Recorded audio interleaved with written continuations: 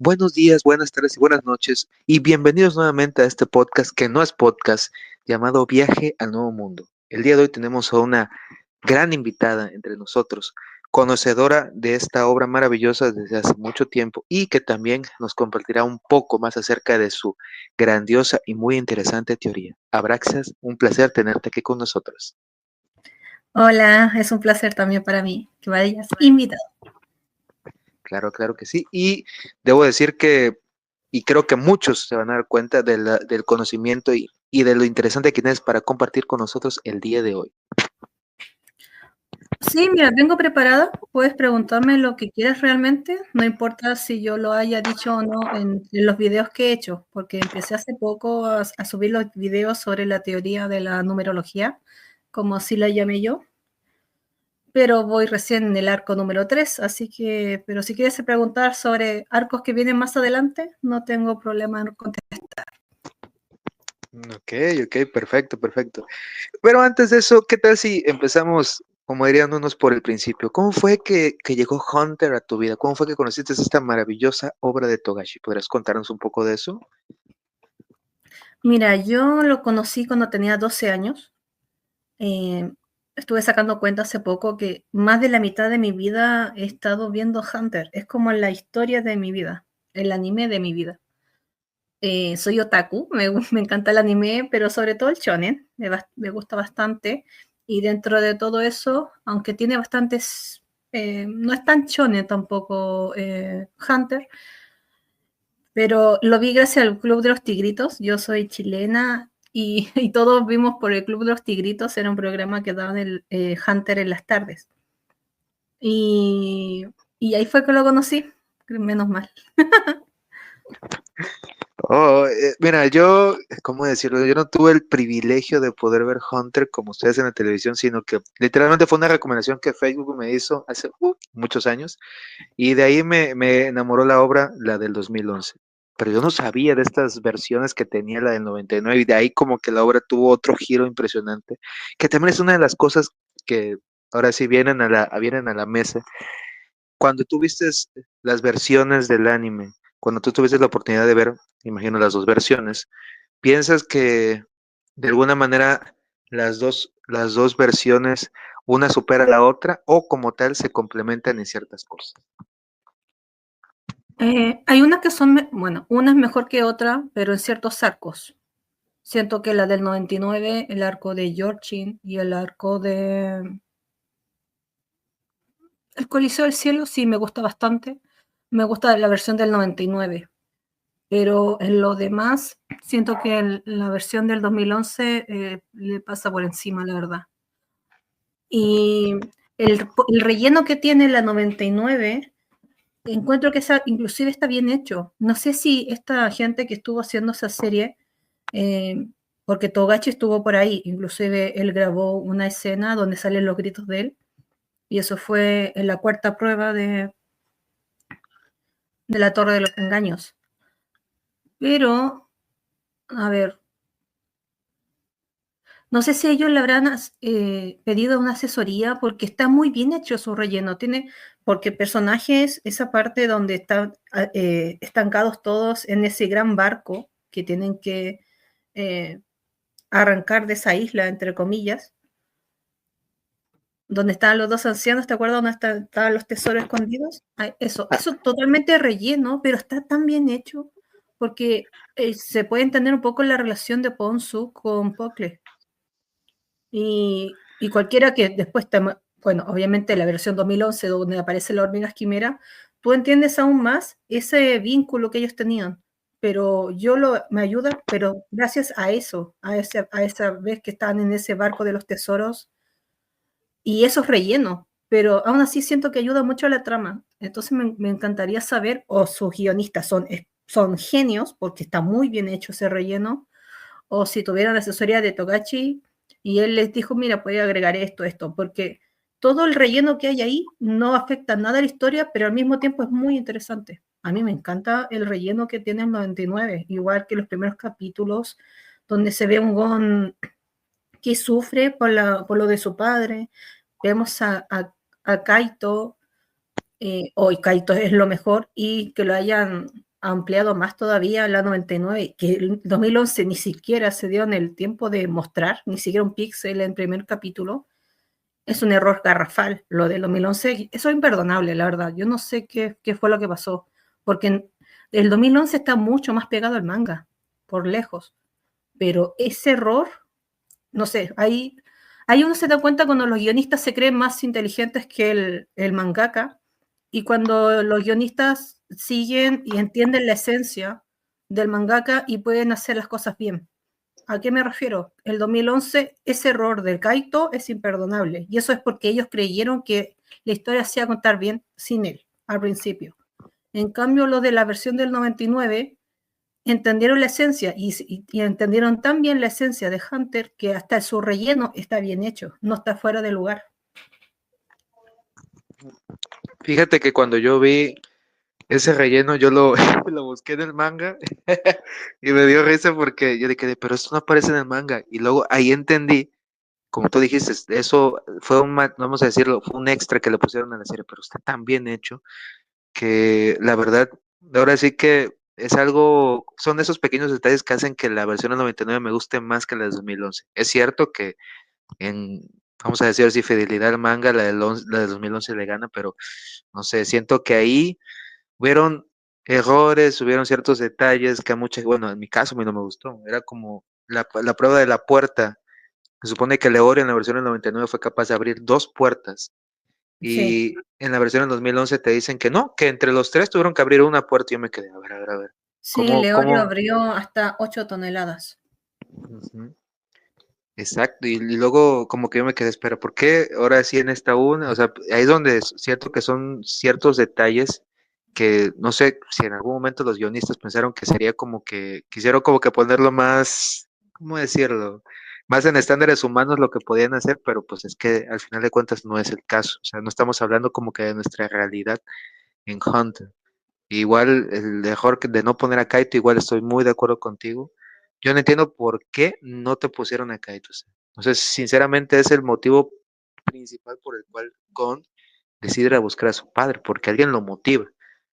O sea, siento que ahí como que le falla, que ahí es donde me gustaría como que introducirte como que a esta parte de los arcos, tanto del examen del cazador, que no sé si en algún momento tú quisiste que personajes, bueno, en mi caso, hubieron ciertos personajes que me hubiera gustado poder ver como cazadores. Uno de estos casos es el encantador de serpientes que murió por Ponzo en este caso. Siento que hubieron ciertos personajes que hubieran sido muy buenos cazadores, aunque no sé tu opinión, ¿cómo piensas de eso? Mira, pienso que ser cazador está hecho para personas excepcionales, que se pueda eh, colar uno que otro, puede ser, porque también hay suerte de por medio. Hay el caso de Pocle, él jamás debió ser un cazador. Y se demostró con el Hapsu que hizo que era totalmente absurdo. Y ni siquiera pudo con un capitán de hormiga quimera. Entonces, algo similar habría pasado con el encantador de serpientes, la verdad. Y aparte que ese encantador de serpientes sí o sí iba a morir, porque si ves el número de su placa, terminaba en 4, así que tenía que morir igual. Bueno, ahí sí que, ahora sí que adentrarnos un poco en esa parte de la teoría. Fíjate que hay algo que, a ver, ahora sí que tú me puedes ayudar a entender esto, porque a como yo entendí la primera vez, Togashi y el número 4 tienen mucha relación. Y tú nos has dado la oportunidad y nos has mostrado de diferentes maneras cómo el 4 se relaciona con con las muertes y el destino de ciertos personajes. Pero, por ejemplo, teniendo en cuenta a personajes como Kurapika y el número de su placa, al igual que Hisoka, ¿qué puedes decirnos acerca de ellos y de su actual estado en el manga? ¿Qué podrías tú comentarnos? Mira, eh, esto es sabido por todos, los que seguimos Hunter, que el 4 significa muerte, pero eso es ya lo básico de lo básico. Hay que empezar a ahondar más. Y Togashi, ¿de dónde saca este número 4? El número 4 en Japón significa varias cosas, la verdad. Lo último que pude ver en cuanto al NEM, que también está basado en las 4 almas de Chikon. Entonces, el 4 simboliza muchas cosas dentro de la historia de Togashi, para bien o para mal. Él, como sea, él mete en sus diálogos, si un matemático esta serie podría entenderla perfectamente, porque Togashi no solo es con sus diálogos, que es muy buen mangaka, tiene muy buen guión, pero sus diálogos ocultan muchos números y lo hace totalmente adrede, o sea, es un tipo de lenguaje, son mensajes que nos manda a nosotros, sabiendo él que nosotros ya estamos buscando el número 4, y por lo mismo en este último arco, Sarinich está como en la mira de todos, porque el cuarto príncipe, pero por eso mismo Togashi esconde 4 en todas partes. Y siempre cuando ocurre un suceso, sí o sí tienen 4 de por medio. Y en cuanto a Hisoka, que era el número 44 en este examen del cazador, y Kurapika, que era 404, bueno, cuando el 4 va, según la teoría que escribí en el Discord, que tú has promocionado bastante, y ahí es donde nosotros nos conocimos también, en el Discord. Así es, así es. Hisoka, bueno, él murió y resucitó, y todo dentro del mismo capítulo, se podría decir. Estoy hablando de esto a nivel de guión. Trato de, o sea, saliendo un poquito de la historia. Bueno, hay algo que no he comunicado aquí, que yo soy comunicador audiovisual, y por lo mismo mi especialidad es guión, cámara, iluminación y edición. Esas son como mis especialidades. Entonces voy a estar hablando un poquito por fuera, no dentro de la historia, sino fuera de la historia. Estoy tratando para tratar de explicar al mangaka, en este caso Togashi, por qué escribe como escribe. Sí, sí, claro, claro. Hisoka, bueno, él murió y resucitó, que tiene todo el que ver con su número, que es el número 44. Cuando el 4 va adelante, después de ver la serie un montón de veces, saqué la cuenta de que cuando el personaje tiene el número 4 delante, esa persona o representa la muerte para los demás, o sea que él mata, él es el peligro, o, espera, pausa. Claro, claro, no pasa nada. Aquí todo es orgánico, no pasa nada. Sí, que creo que mi padre está matando a alguien.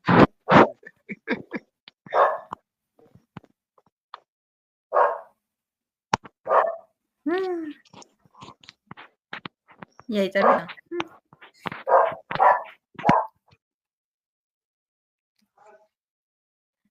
Ya, te cuento de nuevo. Cuando está el 4 adelante, eso significa que tú eres el que es la muerte para los demás. Tú eres el que asesino, tú eres el peligro. O te salvas de una muerte segura, o puedes hasta resucitar.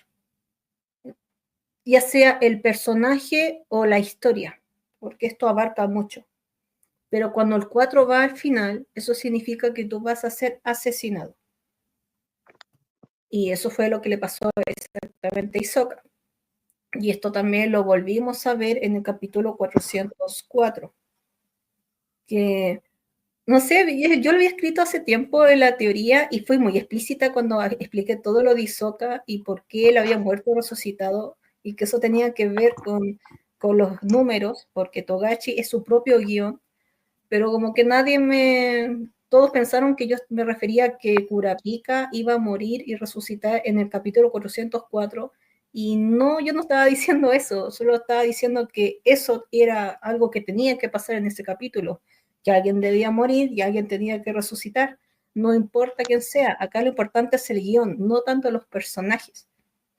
Es como los que pensaban que Leorio iba a aparecer en el capítulo 403, pero eso no era, Togashi no sería tan evidente, aunque lo intentó, porque Leorio apareció en el capítulo 404.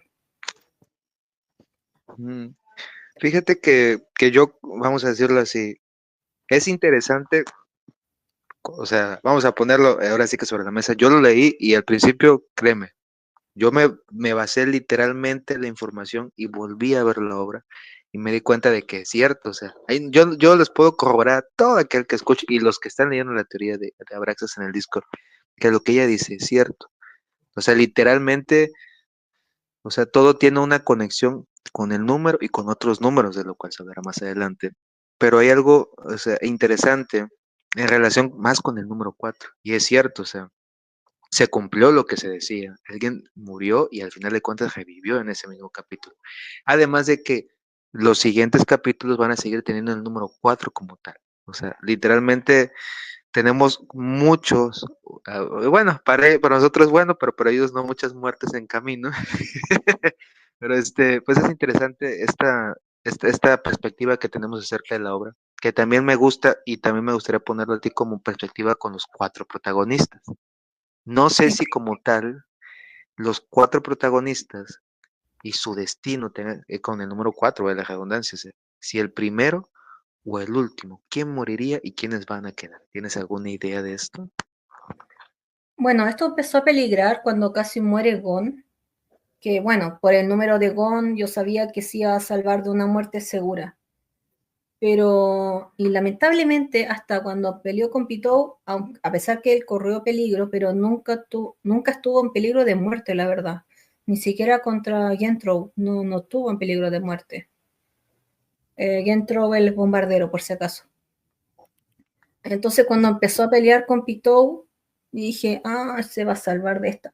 Habría sido espectacular que muriera, pero lamentablemente vivió.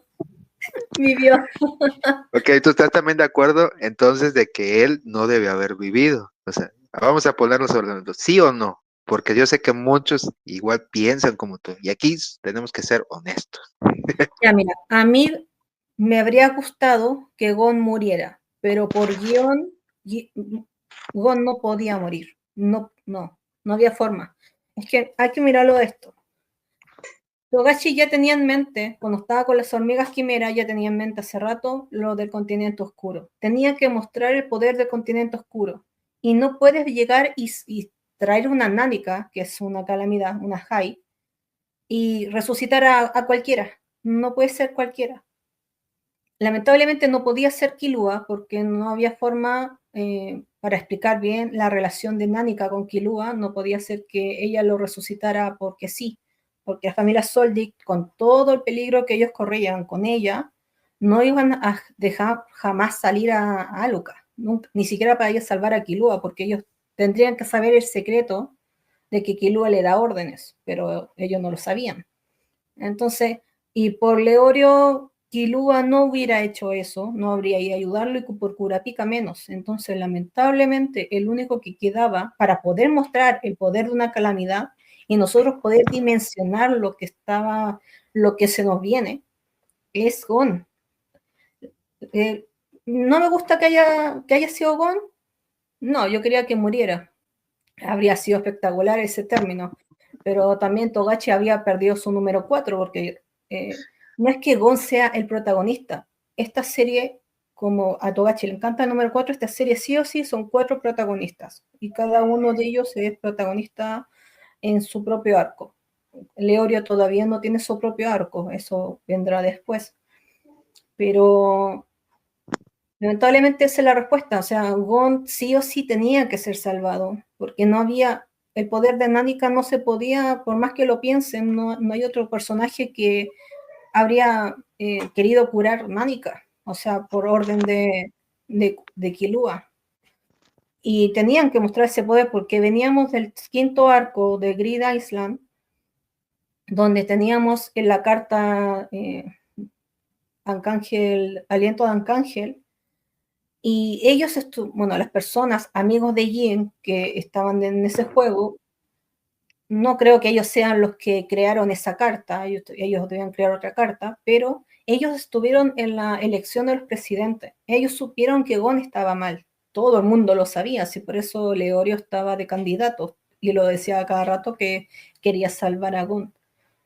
Y ellos con esa carta ni siquiera se asomaron, no dijeron nada. Entonces ellos tenían más que claro que ellos no podían curarlo. Con esa carta ellos jamás habrían podido curar a Gon.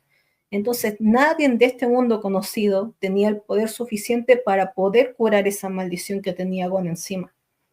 Y por lo mismo apareció una calamidad y como arte de magia lo sanó. Y aunque varios piensan que esto sea un guionazo, pero ¿para qué estamos con cosas?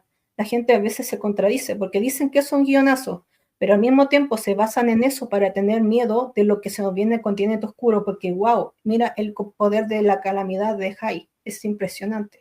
Y hay 4 calamidades más conocidas y todos quieren ver esas calamidades, pero ¿por qué quieren verlo? Porque conocen el poder de Jai.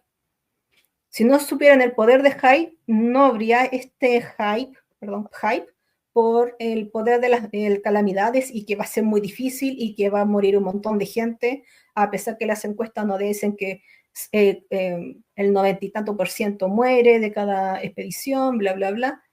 Pero esas palabras no tendrían sentido si nosotros no hubiéramos visto el poder de Hype. Entonces, por eso me da como un poco de risa que la gente se contradiga, que diga que una cosa es un guionazo, pero al mismo tiempo se basan en eso para darse cuenta de la dimensión del continente oscuro.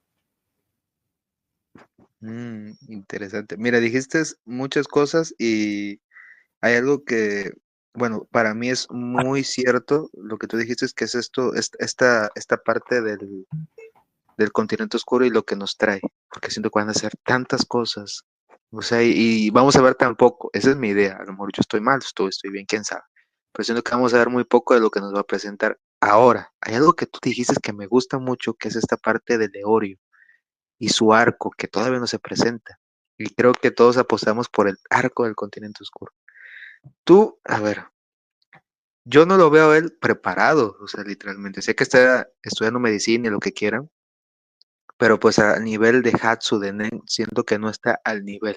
Quizás él esté entrenando no con alguno de los zodiacos, que pues en este caso la presidenta actual de la asociación, pero para lo que nos presenta un lugar que literalmente ni siquiera el hombre más fuerte en su momento, que fue Nétero, decidió quedarse ahí porque decía que era una batalla contra la naturaleza que pues a él no le gustó, o sea, él quería, sí, él quería una batalla uno versus uno, que valiera la pena, pero pues él dijo que ahí no la encontró. Ahora Bellón es otra de las cosas que él busca de alguna manera algo en especial ahí, pero pues me estoy adelantando mucho. Pues sí, centrémonos en Leorio ahora y su arco actual. ¿Tú cómo crees que será el desarrollo de Leorio cuando su arco llega a pasar? Mira, Leorio tiene todas las posibilidades, más que cualquier otro, de sobrevivir bien en el continente oscuro. Porque, a ver, Togachi, además de hablarnos del número 4, que es como la base de todo, en cada arco, y esto es algo que se va sumando con cada arco que va pasando, nos va presentando nuevos conceptos que nosotros tenemos que ir aprendiendo y se van agregando en cada arco. Por eso cada arco es más grande que el anterior. ¿Y qué pasó en el arco de las hormigas quimera? Que ahí se nos presentó el concepto de la estrategia que está por sobre el potencial y la inteligencia. En este último arco de los príncipes, lo poco que he podido deslumbrar es que la información es crucial, el conocimiento es crucial. Y Leorio, que sea un aprendiz de médico y que se esté esforzando, y aún así, por los reportes que hemos escuchado de algunos zodiacos, él ha cumplido con las expectativas. Y eso no es fácil destacar en un área así, porque una persona puede ser muy inteligente, pero ahí a tener una especialización como médico, esa es otra cosa. Entonces, por conocimiento, Leorio realmente podría sobrevivir en el continente oscuro, porque no hay nada peor que alguien que sea ignorante. Y eso es lo que está pasando con muchos, que se basan solamente en su fuerza y no se dan cuenta la dimensión a lo que se puede enfrentar. Porque imagínate, esta misma gente que son las personas que están trabajando para Beyond, muchas cosas ellos no tenían ni idea, Jin se las contó. Y estamos hablando de personas que supuestamente se habían preparado para ir al continente oscuro y había muchas cosas que ellos no sabían.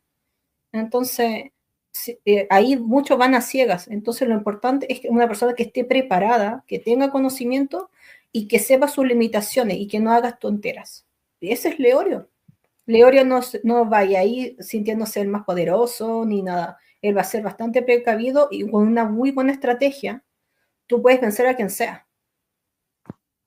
O puedes, por lo menos, imagínate, lo que mismo pasó con las hormigas quimera cuando estaban peleando contra Yuppie. Si tú has visto a los personajes, a Nocle, ¿cómo se llamaba el otro? el de las manos. Yu, Este, rayos. no, se me Si lo tengo olvidó. en la punta, sí, sí, pero ese personaje, que la gente lo entiende, créeme. Chus. Shoot. Bueno, los, Ajá. creo que era Chut. Bueno, son los aprendices de Morel. Eh, si uno ve los poderes de ellos, jamás se te habría ocurrido que iban a poder siquiera hacerle frente a Yuppie, pero las condiciones se dieron, la estrategia funcionó, el contexto ayudó y todo fue una planificación. Y eso es algo que te da solo la experiencia. Entonces, uno tampoco puede pensar que no, que este es que tiene todo el poder, tiene un guerrero, es poderoso, solamente por eso va a sobrevivir en un lugar como Continente Oscuro. Va a sobrevivir, una, tienes que tener suerte. Dos, tienes que tener conocimiento que el Yin, porque siento que Yin va a tener un buen desempeño en el Continente Oscuro. No es porque sea poderoso, sino porque tiene mucho conocimiento y puede adecuarse a distintas situaciones. Y sobre todo tiene un fuerte trabajo en equipo, porque ahí solo no vas a poder hacer nada, es imposible, tienes que sí o sí hacerlo en equipo. Mira, hablando de Leorio, hasta él podría sobrevivir en el Continente Oscuro más que Kurapika. Kurapika tiene un gran problema para trabajar en equipo, todo lo quiere hacer solo. Y lamentablemente sus hacks, sus poderes están súper condicionados, solamente los tiene para la venganza, no los tiene para cualquier otra cosa. En cambio, Leorio, su Hapsu es especial y lo ha estado desarrollando, a pesar que está estudiando medicina, él lo ha estado desarrollando. Tiene mucho potencial, solamente que pasa desapercibido con potencias como Gon, Killua y Kurapika, que han sido eminencias, sobre todo Kurapika. Pero Leorio no tiene nada que envidiarle a ellos, al contrario. Ellos realmente lo van a necesitar y muchas personas van a necesitar a Leorio. Mm. Fíjate que dijiste algo muy importante, que es esta parte de no ver a futuro. ¿Cómo lo explico? Sino que siento que muchos personajes, como tú lo dijiste, se centran mucho en su fuerza física y en que su habilidad o Hatsu se centre en como en acabar a un enemigo. O sea, vamos a decirlo así, que era una espada que pueda matar al enemigo. Más Leorio, él se está concentrando no solamente en sobrevivir, sino servir como apoyo para sus compañeros en este caso. Estoy seguro de que cuando vieron el golpe que le dio a Jin, que siento que para muchos fue como que muy satisfactorio, al ver que pues al final de cuentas el padre, que pues nunca fue buen padre, recibió un poco de karma, pero pues siento que muchos en ese momento pensaron, ok, eso es una probada de lo que Legorio puede hacer. O sea, ¿qué va a pasar cuando este perfeccione esa habilidad, cuando le dé más usos, cuando pueda hacer algo parecido como lo de Nock? No sé, ya como que me estoy pasando mucho. Pero es cierto, siento que alguien como Kurapika, es cierto, o sea, alguien como él, de haber pedido la ayuda de sus compañeros o de otras personas, hubiera podido hacer más y quizás no hubiera llegado a este punto de tener que estar encerrado con una bestia como Serenich, que en su momento, obviamente, hubiera podido vencerlo sin tanto problema, no ser usuario Nen. Pero ahora, y ante cada día que pasa, se hace más poderoso, su muerte se acerca más. Que aquí también es donde yo te pongo esa pregunta. Espérate, Pues Kurapika. antes que me preguntes eso, quería comentar algo. ¿No te recuerda nada el poder de Leorio que se parece bastante a uno de los que trabajaba para Razor? El que boxeaba. Mm, Solamente que él necesitaba un símbolo en su cuadrilátero para poder teletransportar su puño. Leorio, en teoría, estaría haciendo exactamente lo mismo. Y eso pensaría cualquier persona que ve eso. Así como, oh, Leorio puede pegarle algo y el golpe aparece en otra parte. Pero Jin vio mucho más allá y vio el potencial que podía ver Leorio y vio las intenciones de Leorio. Leorio no hizo eso para estar dando puños como o mandando cosas. Él lo que quiere es hacer medicina con eso. Entonces, la intención de Leorio no es ir a pelear a ninguna parte, sino que él solamente salvar vidas. Y por lo mismo digo, él va a ser muy necesario en el continente oscuro porque todos van a necesitar un médico. O sea, en una guerra, a los primeros que tratan siempre de matar son a los médicos, porque esos son el verdadero peligro. De nada te sirve matar un montón de soldados y que todos caigan si el médico los va a sanar. Tienes que matar al médico y así, solamente así vas a poder deshacerte de todos los soldados. O si no, olvídate, siempre van a volver y volver y volver. A los médicos muchas veces de la guerra, los cascos que tenían el símbolo de, se puede decir, de la Cruz Roja del hospital, se los sacaban, se los cambiaban porque ellos eran los primeros que los enemigos querían matar, porque ellos son el peligro. Ok, mira, aquí me haces hacer una pregunta que es lógica y ilógica a la vez. Que en el contexto del continente oscuro, ¿será que a ver, ahora sí que pensándolo así, ¿será que el mismo continente o las criaturas, calamidades, etcétera, ahí, puedan saber que él es una persona la cual no trata de destruir, sino de explorar y entender mejor su entorno y no la ataquen, pero a sus compañeros sí, porque al final de cuentas sus intenciones son explorar y saquear? No, mira, yo creo que depende mucho de la criatura con los que ellos se encuentren. Algunas criaturas solamente van a atacar si entras a su territorio, otras criaturas pueden que te ataquen porque les robas, otras te ataquen porque tú fuiste agresivo con ellas y solo se están defendiendo. Depende mucho qué tipo de bestia se encuentren, la verdad. Como en la flora y fauna, o sea, eh, hasta las plantas te atacan. Mm, ok, sí, sí, mira, es que me dices esa vibra porque al final de cuentas es cierto, o sea, Jing lo demostró cuando literalmente aplicó la técnica que utilizaba Leorio. Fueron que literalmente era como sacar una radiografía del objetivo, o sea, y ahí puedo yo eliminar incluso tumores, ciertas enfermedades benignas, lo que quieras, o sea, literalmente aplicando el uso del NEM. Entonces, la habilidad, como tú lo dijiste, no está hecha para el combate, pero de una u otra manera tiene varios usos para una persona como él, que está incluso aprendiendo más a esto. Es un tema que podríamos desarrollar más, pero, antes de desarrollarlo un poco más, tengo que hacer la pregunta. Porque al final de cuentas, a todo invitado se le tiene que hacer la pregunta y su opinión es muy válida. Y esta, en este caso, es la de Kurapika y su destino, su inminente destino. Pero te la voy a hacer un poquito diferente. Sabemos que va a morir, sí o sí. Ni modo, la gente así es. Pero, ¿cómo lo va a hacer? Es donde se pone interesante. ¿Será matando, en este caso, aquel que tiene los últimos ojos de su clan y al fin así poder sentirse por completo, bueno, tener a los suyos unidos una vez más, o será a Kuroro, el cual obviamente él piensa que mató a su clan y como tal quiere venganza? ¿Con cuál será Kurapika con el cual pierda la vida? ¿Con su enemigo acérrimo o aquel que tiene la última parte de su familia? Mira, todo eso va a depender a quién encuentre primero, la verdad. Yo creo que a lo largo de los capítulos nos vamos a dar cuenta de eso. Pero sí o sí se va a encontrar con la araña porque tiene que ser contada la parte B, la historia del lado B.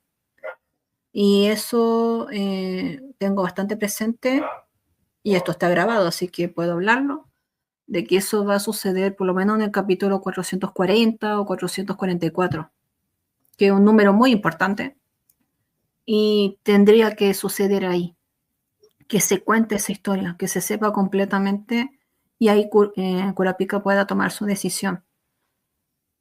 Porque, y eso, y lo que suceda primero, la verdad. Cuando se Okay, sepa la verdad y Kurapika sepa exactamente lo que sucedió y quiénes mataron y por qué mataron a su gente, que sepa toda la verdad, ahí él va a decidir contra quién va a pelear y va a morir, lamentablemente.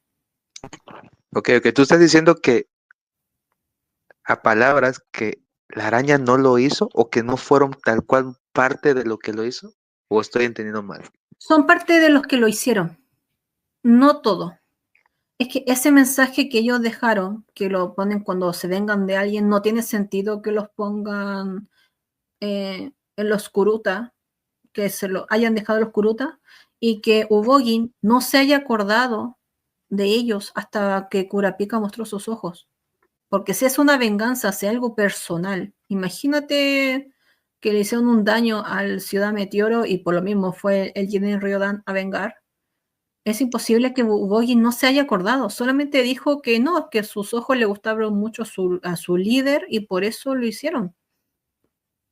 Y yo no veo que la araña esté matando niños, torturando niños, ellos no harían eso, viendo todo el contexto, porque si fueran tan despiadados, ni siquiera sabiendo el origen del Jenny Riordan, solamente basándome en Georgie, ellos habrían matado sin problema a Gon y a Killua. Lo habrían hecho sin problema, pero al contrario, no, ellos no tienen nada que ver, los dejamos libres.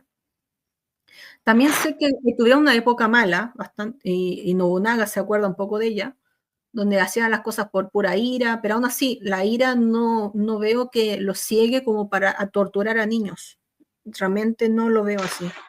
Así que para mí, ellos sí, obviamente pelearon con los Kuruta, pero no hicieron todas las barbaridades que se hicieron ahí. Para mí, ellos pelearon con los Kuruta que eran más fuertes. Debe ser una venganza, obviamente, pero no mataron a todos. Pero lamentablemente los Kuruta para mucha gente eran monstruos. Entonces yo creo que las demás personas terminaron el trabajo. Interesante perspectiva. Sabes, yo cuando vi el capítulo 0 de cuando te contaban la historia de Kurapika, lo de su clan, para mí el líder me daba muy malas vibras. No, o sea, hay ciertas cositas que te dejan ahí, como de que tenía un teléfono con el cual contactar al exterior, conocía a la gente del pueblo a la cual les pagaba para no solamente poder incitar como que ese enojo en Kurapika y todo eso con lo de Parion y así, pero siempre te mostraban que el líder sabía algo más o hacía más cosas. O sea, al final de cuentas es cierto. Y hay ciertas cosas que no te cuentan de los Kurta y de su aldea, de sus orígenes, porque si no mal recuerdo, ellos se movían cada cierto tiempo del lugar, ¿o me equivoco?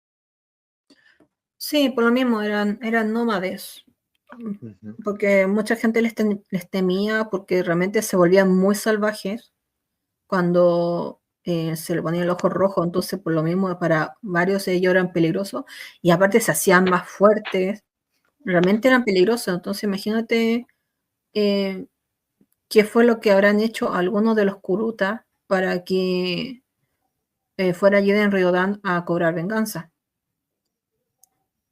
Mm, fíjate, yo como que tengo la idea de que Feitan, alguien que se dedica a la tortura, podría darte más información acerca de esto.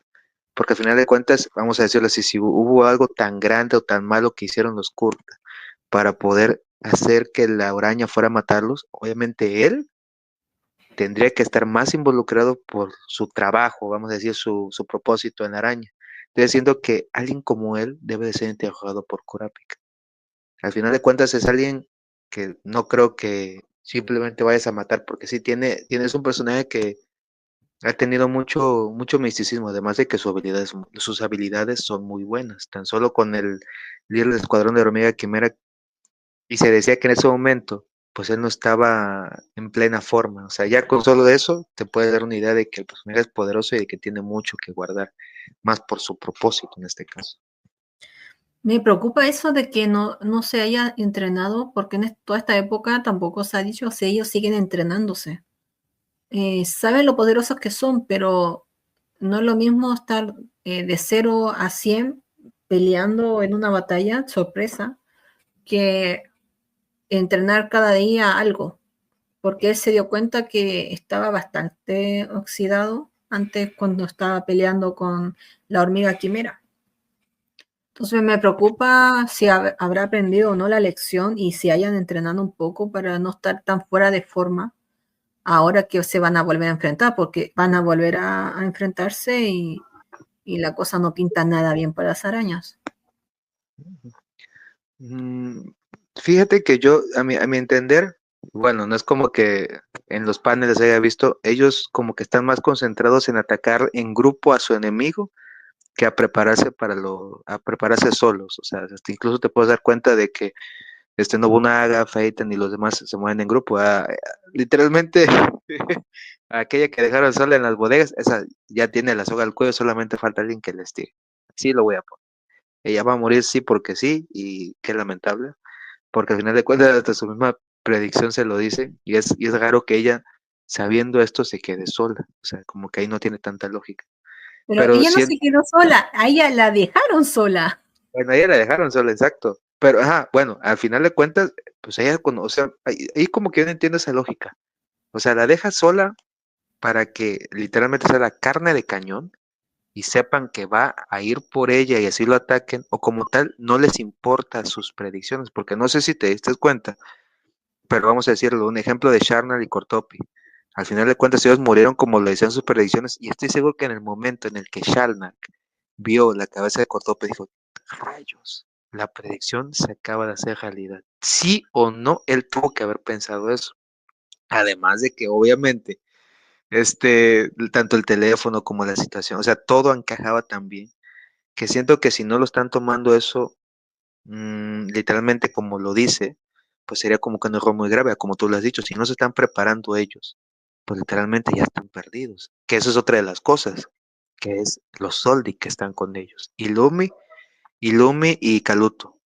¿Qué hacen ellos ahí, Abraxas? O sea, ¿cuál es el propósito de ellos ahí? Porque siento que es algo más que el contrato, entre comillas, así lo voy a poner, que tiene Lumi con Hisoka.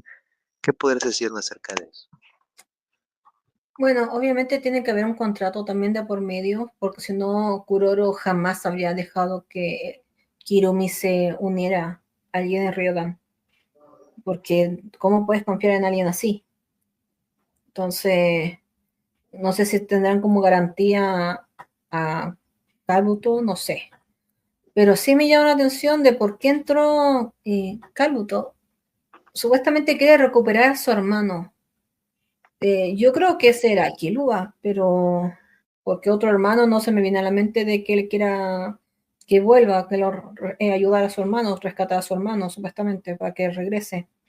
La teoría que se dice muchas veces, ya sabes, la de Feitan y los Soldi. No, no, eso no tiene nada que ver. Ah, sí, Mira, verdad, Kikyo es del Ciudad Meteoro, exacto. Pero no se basen en un movimiento que hizo, en una libertad creativa que hizo lo de Madhouse en la versión de 2011, porque a ellos se le ocurrió, porque se veía genial, matara al estilo Soldic. Pero eso solo fue una libertad creativa que ellos hicieron. Imagínate, a esto me refiero con que se creen más inteligentes que el mangaka. Porque ¿cómo se le ocurre hacer algo así? Porque confundió esto a muchos fans. Muchos fans que no han leído el manga y ven eso van a pensar de inmediato, oh, él es un Soldic. O él tiene que ver algo con Kikyo, puede ser hermano de Kikyo. Entonces, solamente con esas libertades que ellos hicieron, a diferencia de la versión 99, que sí hicieron un buen, todo lo adicional no confunde a nadie en cuanto a historia, pero estas cosas, pequeños detalles que hicieron con Feitan, claro que confundió a mucha gente, y eso no tiene nada que ver con el manga. mira, yo en esa parte estoy de acuerdo contigo porque siento que muchas veces eso pasa no solo con Hunter, sino con otras obras, que tú le quieres agregar, como dicen muchos, le quieres agregar mucha agua a tu sopa para ver que salga más, pero no sale bien. O sea, y en este caso siento que muchas veces eso hace que se pierda el hilo o se pierda el entendimiento de muchos acontecimientos en las obras. Ejemplos hay muchos, uy, pero pues, para eso no estamos aquí. Pero Hunter es cierto que esa parte, pues dio esta abertura a la teoría de que Phaeton era un sol. Muchas veces la gente ya lo empezó a comparar su cabello, cómo se vería de color gris, se hicieron ciertas teorías, ideas y así muchas ideas. Yo, a mi entender, como lo que dijo Caluto, siento que se refería en ese caso a Ilumi, porque él de alguna manera supo lo que Hisoka le había pedido, para la redundancia, o sea, él, o sea, yo no veo cómo la relación de Caluto con con sus demás hermanos, no la veo muy, vamos a decirlo así, muy cercana, porque al final de cuentas tampoco como que la familia se da para esto, pero al final de cuentas familia es familia y se deben de proteger los unos a los otros.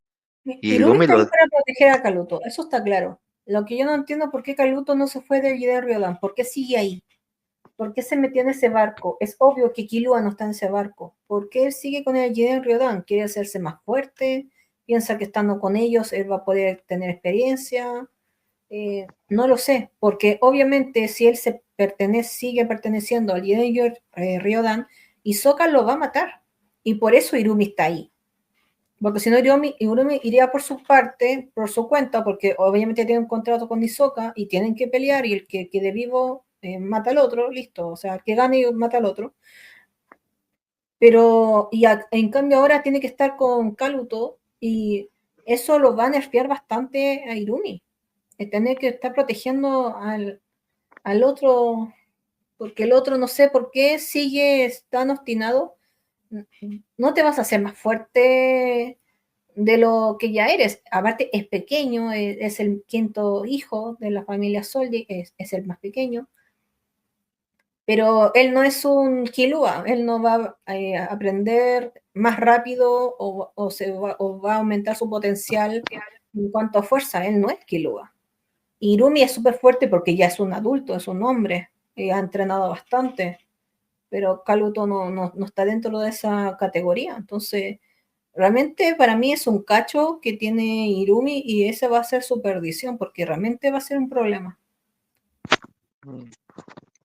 Pues yo concuerdo contigo. Se vio incluso muy débil en el arco de los hormigas quimera, más en Ciudad Meteoro. O sea, su habilidad es muy lenta y además como que muy deficiente en aspectos en los cuales tengas tú que enfrentarte a más enemigos. Y no vamos a hablar ni siquiera de Hisoka, que es alguien que no va a tener piedad por un niño y menos por el hermano de uno de sus, entre comillas, socios.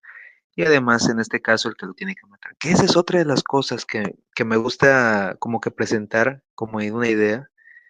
Si en algún momento Hisoka se encuentra con Illumi, es obvio de que van a pelear.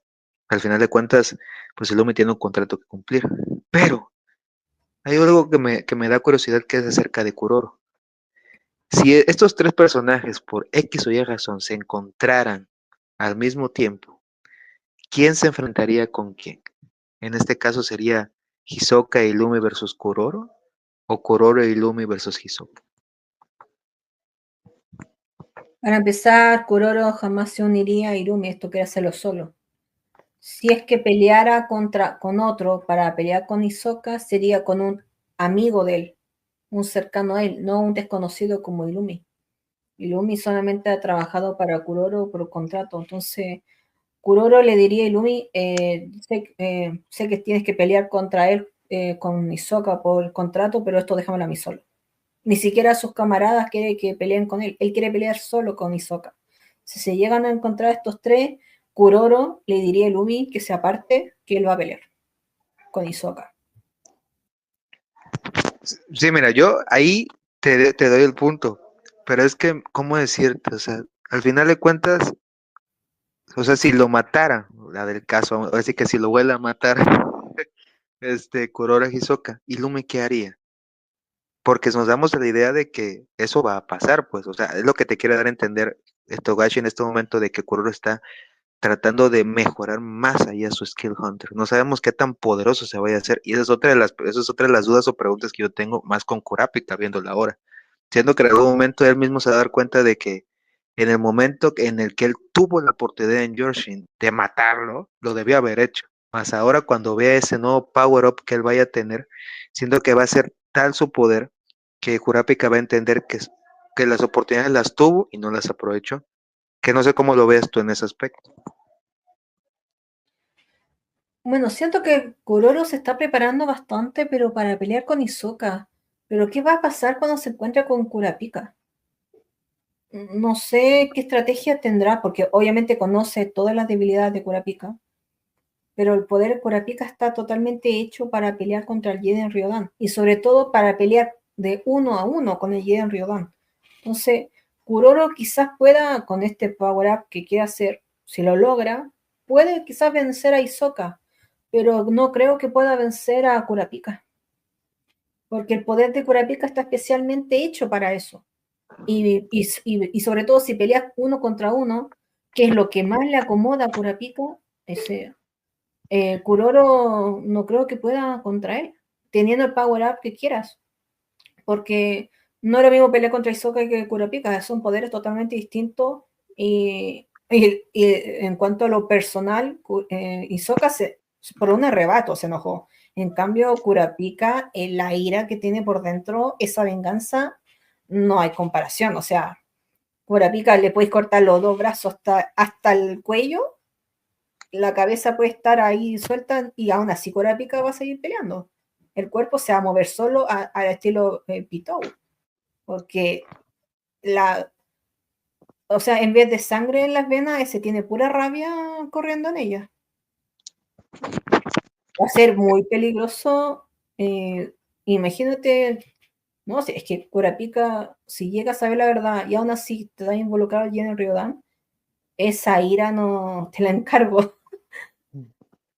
No hay que subestimar, a pesar que conocemos mucho el poder de Kurapika, pero creo que a la gente le falta ver a Kurapika enojado, enojado de verdad. Él, él se transforma y los Kuruta cuando se transforman son más fuertes, son una bestia. Es verdad, ahora mismo está usando su color de ojos de rojo, lo usa cada rato, pero no es lo mismo que lo use normal a que esté enojado y usándolo, no es lo mismo. Mira, a ver, hijo, yo cuando esta parte del examen del cazador, cuando estuvo contra ese prisionero que decía ser uno de la araña, yo me puedo dar cuenta de la ira de Kurapika, un poco, una pizca, y tú mismo lo dijiste, eso es una demostración, y fue tan bueno, pero tan rápido, y en ese momento no tenía Nen, no tenía sus cadenas, no tenía nada, o sea, nada en ese momento, y te puedes dar cuenta de que su intención, si lo hubiera tenido la oportunidad, lo hubiera matado sin remordimiento, pero obviamente se dio cuenta del engaño del prisionero. Sabía que no era una araña y no iba a desquitar su furia contra él. Pero, como tú lo dijiste, él tiene el mejor counter contra ellos. Y quizás aquí incluso suene como que muy curioso, pero no sé si te diste cuenta de que tanto Hisoka como Kuroro, como Kurapika y Sereni son estos cuatro protagonistas que tienen algo en común, o estos cuatro personajes que tienen algo en común, que al final de cuentas van a morir y solamente uno va a sobrevivir en este caso. Que aquí es lo interesante saber quién y por qué debería de sobrevivir. Porque en mi caso, Hisoka ya cumplió como que su propósito en la obra. Yo así lo voy a poner, ya tú me das tu idea. Kuroro igual. Al final de cuentas, seguir robando, seguir engañando en el mundo conocido, ya siento que ya no tiene propósito ni él ni la araña. Kurapika de igual manera, cuando tenga los ojos de su clan, ¿qué más va a hacer? ¿Va a enterrarlos o va a quemarlos o algo así? ¿Se los va a dar al oro? No se sabe. Y Syringes pues no tiene una cavidad en el mundo al final de cuentas. Ya con el Nen, ¿qué no va a hacer en el mundo conocido? ¿A quiénes no va a conquistar? ¿A quiénes no va a destruir solamente por una rabieta? Entonces, como que son peligros y al final de cuentas yo no veo que ninguno de los cuatro tenga que sobrevivir. Pero tú, ¿qué opinas? ¿Qué has visto en esa teoría? ¿Qué nos pueden decir los números acerca de sus destinos? Bueno, los cuatro tienen que morir. Los cuatro, esos justo los que tú nombraste, tienen que morir. Obviamente tienen que hacer otras cosas antes que van a ayudar mucho a la trama, a la historia. Kuroro es la clave absoluta para que se pueda desarrollar ciertos acontecimientos dentro del barco. En cuanto a la sucesión de los príncipes, la guerra de sucesión, porque ellos hasta ahora no pueden arrancar del barco por esa maldición que está cubriendo, y esa maldición sí o sí tiene que ver con los tesoros de Kakim.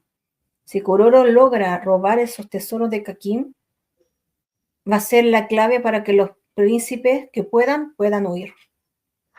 Y eso va a ser muy interesante porque ahí sí o sí Kurapika se va a tener que encontrar con Kuroro cuando sea ese robo, porque se tienen que enterar qué fue lo que sucedió, porque si no, no hay forma que supieran que ya no está esa maldición.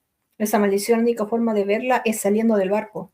Entonces, ¿cómo pueden saber que se puede salir del barco si no saben lo de los tesoros? Y menos si alguien lo robó. Entonces, eso sí que va a ser movido y va a ser la clave para que varios príncipes puedan salvarse, independiente de que puedan ganar la guerra de sucesión o no.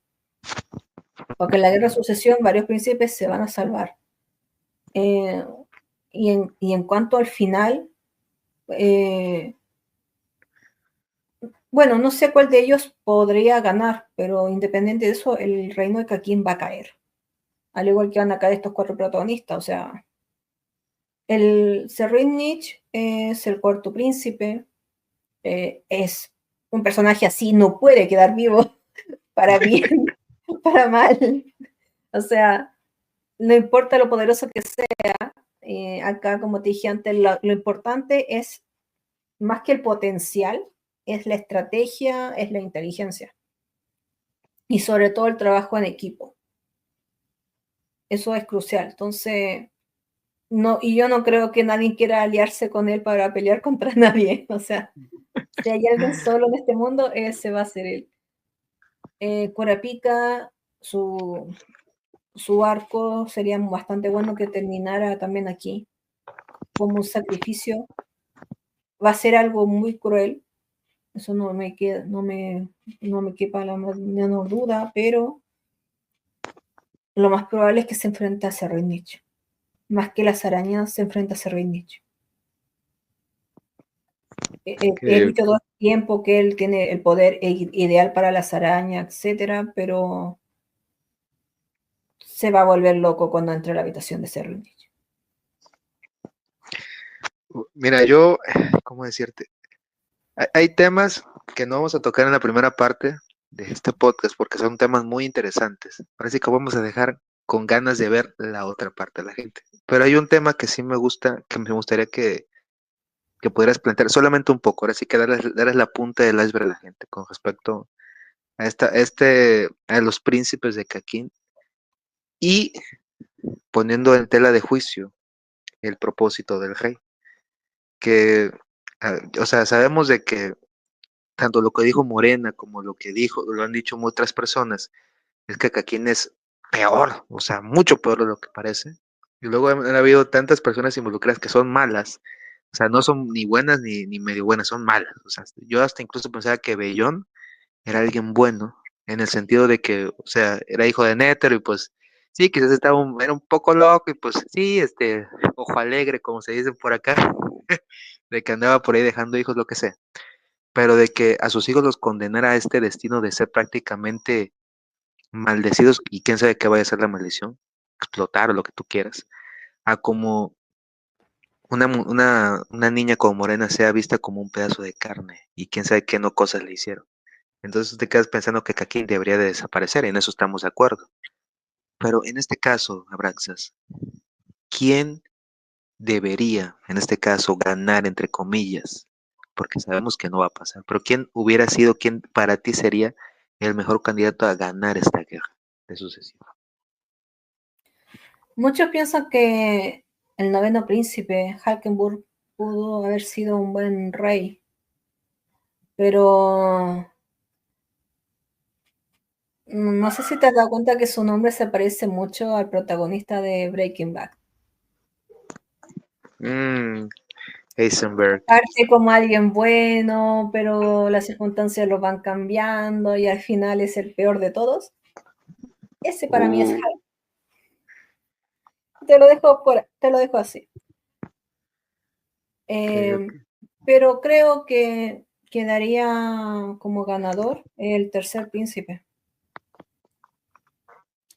Lei. Y no te diré Interesante. por qué. No, no, no me lo digas, no me lo digas, no me des ideas, pero déjame a mí y al público poder teorizar acerca de esto y porque Porque hay no varias. lo Uy. Mira, ahí, híjole, voy a trasladarnos poco a poco a la parte final del podcast. Y hay algo ahí interesante que yo te quiero preguntar, que tiene que ver mucho en relación con los Soldics. Cuando presentaron a la familia en el arco, pues obviamente eran los monstruos que debían de ser. Tan solo el mismo portero, o sea, ya es alguien que literalmente de un golpe te podría acabar. O sea, ya con eso lo dice todo. También sus mayordomos y otras cosas que te puedes encontrar en ese lugar. Pero aquí es donde yo me quedo pensando, ¿y cuál es su futuro para la familia? Ya que ahora Kilua decidió pues ignorar su destino, un ejemplo. ¿Qué sigue para la familia? O sea, ¿cuál es el propósito? ¿Quién sería el sucesor? ¿Qué va a pasar con Silva? ¿Qué va a pasar con Zeno? ¿Qué van a hacer ellos ahora que Kilua anda con una arma de destrucción masiva donde él quiera? Y que al final de cuentas, pues no pueden hacer nada contra él. ¿Cuál es el destino de la familia Solix para ti, según tú? Bueno, si ellos están viendo lo de su sucesor y que lamentablemente ya perdieron a Kilua y también perdieron al cuarto hijo, a Luca. Solo le quedan 3 hijos más. Miyuki está con ellos, pero el hijo mayor, Irumi y Kaluto, están en el barco. Así que por pura lógica, Silva y Zeno deberían estar en el barco. Solamente para asegurarse que no maten a sus descendientes, porque si no, hasta ahí llega el negocio familiar. Ok, Y, entonces están en el barco. ¿Tú crees que están sí, en el barco? sí, realmente creo que están ellos en el barco. Ok, ok. ¿Y qué van a hacer? O sea, ¿van a ayudar? ¿Van a observar? ¿O simplemente van a proteger a los suyos?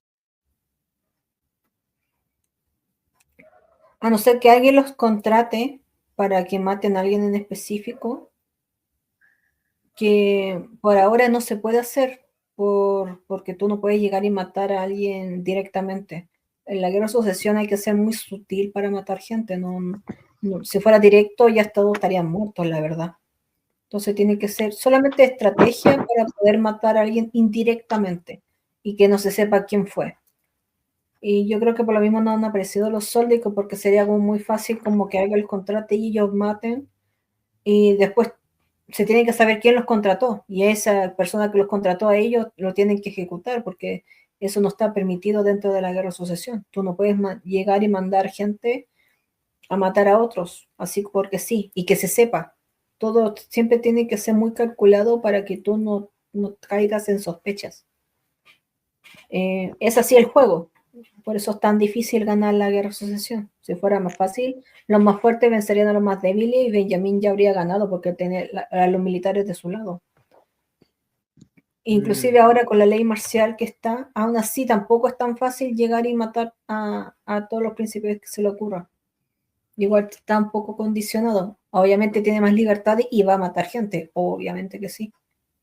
Pero en cuanto a los Soldic, yo creo que el de contratarlos los podría contratar el propio rey. O mm. el pagarles para que cualquiera persona no los pueda contratar para que maten a nadie más. Hasta ese punto he llegado a pensar que ellos los tienen como contratados. Te pago yo esto, pero nadie más puede contratarte. Porque son famosos a nivel mundial. Obviamente Kakin sabe quiénes son los Soldic. No hay nadie que tenga poder y no sepa quiénes son. Y sobre todo son famosos, tienen el cerro, son parte del turismo, ayudan a la economía de su país y son terriblemente poderosos. Y eso es algo que también me ha molestado y lo he comentado bastante, de que mucha gente está poniendo a los neteros como algo muy poderoso. Y solamente por ser netero, están los hijos de netero, y todos dicen, oh, qué poderosos pueden ser. Eh, Hay príncipes que se sospecha que son hijos de él, oh, qué poderosos pueden ser. Pero creo que se lo está olvidando que los neteros en historia no son más que los freaks. Y por trayectoria y jerarquía no son más que los Soldic. Entonces, y si quiere eso lo podemos conversar en el otro podcast, pero ahí tengo mucha artillería que mostrar porque Uy, sí. realmente siento que me están ninguneando a los Soldic y a los Freaks. De verdad, yo no sé en qué se basan para ningunear esto. Sobre todo, Lo- no estoy así como, no, personaje vende humo. Jin todos saben que es sumamente poderoso. A la primera que apareció, demostró que no era un vende humo. Sí, sí, mira, sí lo vamos a hablar en el siguiente podcast porque se va a poner buena esa conversación. Y sí, yo sé que tienes muy buenos argumentos para explicar esta parte. Y mira, yo ahí solamente voy a decir algo gracioso, que eso lo dijo Zeno cuando se refirió a Nétero en el enfrentamiento contra Meruem, que él mismo lo dijo. Él es uno de los pocos que sobrevivió a Maja Soldic. No que peleó, no que estaban a la par y no que lo superó, sobrevivió. Y ya desde esa idea tú te puedes dar cuenta desde qué tan poderosos son los Soldic. Entonces ya ahí se los dejo como una idea y literalmente lo dijo alguien en el manga y en el mismo anime. Pero Y era bueno, el netero joven, el netero más fuerte. Obviamente, exacto. ni siquiera estamos hablando de este netero viejo. Sí, o sea, hasta en eso te puedes tú dar cuenta de qué tan la diferencia de poder, que es uno de los personajes que más misterio ha traído a la serie, tanto a Maja como Zeke, pero también eso se va a hablar en el siguiente podcast. Pero bueno, ahora acceso. Una última pregunta para esta parte. Tú, teniendo en cuenta lo que está pasando, lo que ha pasado y lo que pueda pasar, ¿tú crees que vamos a llegar al continente oscuro? Sí, no, ¿y por qué? ¿Te refieres a la Togashi, si va a poder terminar la historia? Sí, podemos tomar esa perspectiva, claro que sí. Sí llegaríamos al continente oscuro si Togashi estuviera bien de salud. La verdad sí. Pero después del arco de los príncipes tiene que venir otro mini arco, porque se nos tiene que hablar de Jairo. Uy, otro personaje que ha causado mucha expectativa, pero que muchos afirman que también va a ser un vendehumo. ¿Qué opinas de eso igual? Que no sé en qué mundo viven. Jairo, sin saber NEM, demostró que podía con una nación. La NGL era de él. Él controlaba todo, él hizo un sistema donde la gente podía vivir y él era el rey. Nadie sabía que era el rey, pero él era el rey. Entonces todos los que quieren hacer estos príncipes, que saben NEM, que son príncipes, tienen los recursos, etcétera, que quieren conquistar el mundo, Jairo ya lo estaba haciendo y sin NEM. Imagínate ahora que tiene NEM. Sí, va a ser una cosa, créeme, es igual, es algo que se tiene en pláticas y además de lo que viene, quiénes lo van a enfrentar, porque se sabe que no hay cazadores a la altura del desafío en el continente conocido. Y es donde dicen que muchos, este, ¿cómo decirte? O sea, hay muchas ideas y muchos posibles que se tienen ahí. Una de las ideas que se tiene es que los Solex se van a enfrentar a Jairo. Obviamente, eso es otro de los temas, pero pues está como que entre la mesa qué va a hacer Jairo, quién va a poder vencer a Jairo y por qué. Dependería bastante de qué Soldic es el que se quede en la casa Soldic, la verdad. Porque acá estamos hablando de que quizás Seno y Silva estén en el barco, pero quizás ellos sí están en el continente conocido y el que esté en el barco sea Maja. Obviamente, lo que me refiero a que no solamente está Irumi Soldic y Kaluto Soldic en el barco, hay otro Soldic más. Y puede ser cualquiera de estas tres alternativas que te cuento. Excelente. Pues bueno, Braxas, esto ha sido todo por ahora. Cuéntame, ¿cómo te sentiste? ¿Cómo sentiste la conversación? Aquí aceptamos críticas, tú dime. Uy, siento como que no conté nada, te juro. Es que siento que me hiciste preguntas muy generales y tú, a diferencia de varias personas que me conocen del Discord, tú sabes mucho de lo que yo sé. Y me sorprende que no me hayas preguntado nada de eso. Uy, es que mira, yo Para ahí empezar, tengo... no me preguntaste cómo van a morir las arañas, en qué orden van a morir las arañas. Y tú sabes que yo sé cómo van a morir. ¿Y quiénes van a morir? Bueno, es que ahí, mira, hay cosas que no puedo dar en la primera parte. Hay que darle a la gente una vista general y al final de cuentas yo sé, hay tres temas en general. Lo de los Oli, que es uno de los temas que yo tengo que platicar. Es un podcast de 2 horas, no nos van a dar para nada. Lo de la La araña verdad. igual es un tema. Un tema es muy interesante. Y luego tenemos esta parte de las similitudes que van a haber entre los arcos del cazador y de los Oldics con el continente oscuro. Que eso tampoco la gente estoy seguro que lo saben más o menos. Si han visto tus videos y los que están en el Discord lo han leído tu teoría, saben de qué estamos hablando. Pero los que no tienen ni idea de lo que se viene. Por lo mismo estoy dando como que la abertura de, ok, te estoy dando la entrada, velo y espera lo siguiente, que va a ser más que increíble. Por eso estoy como que dando estas ideas así pequeñitas. Sí, no, sí, son muchas cosas. El secreto detrás del poder de Bellón, quiénes son sus hijos, etcétera. Sí, pero no te preocupes, créeme que vamos a tener mucho tiempo y créeme que van a haber muchas participaciones e incluso habrá ciertas personas que te harán compañía en ciertos podcasts, que no son podcasts obviamente, para poder hablar de estos temas. Porque créeme, muchos tienen muchas preguntas para ti, pero también hay muchos que concuerdan con tus ideas. Así que me gustaría que esas personas también estuvieran aquí y pudieran estar dialogando contigo acerca de estos increíbles temas que nos ofrece Hunter por Hunter. Pues bueno, ahora sí que debo de despedirnos. Ya saben que cualquier cosa, duda, comentario, pueden dejarlo en la parte de abajo, pero recuerden que tanto yo como el invitado van a poder contestar sin ninguna restricción, así que háganlo bajo su propio riesgo. Eso ha sido todo, me despido y que tengan un excelente día, tarde o noche.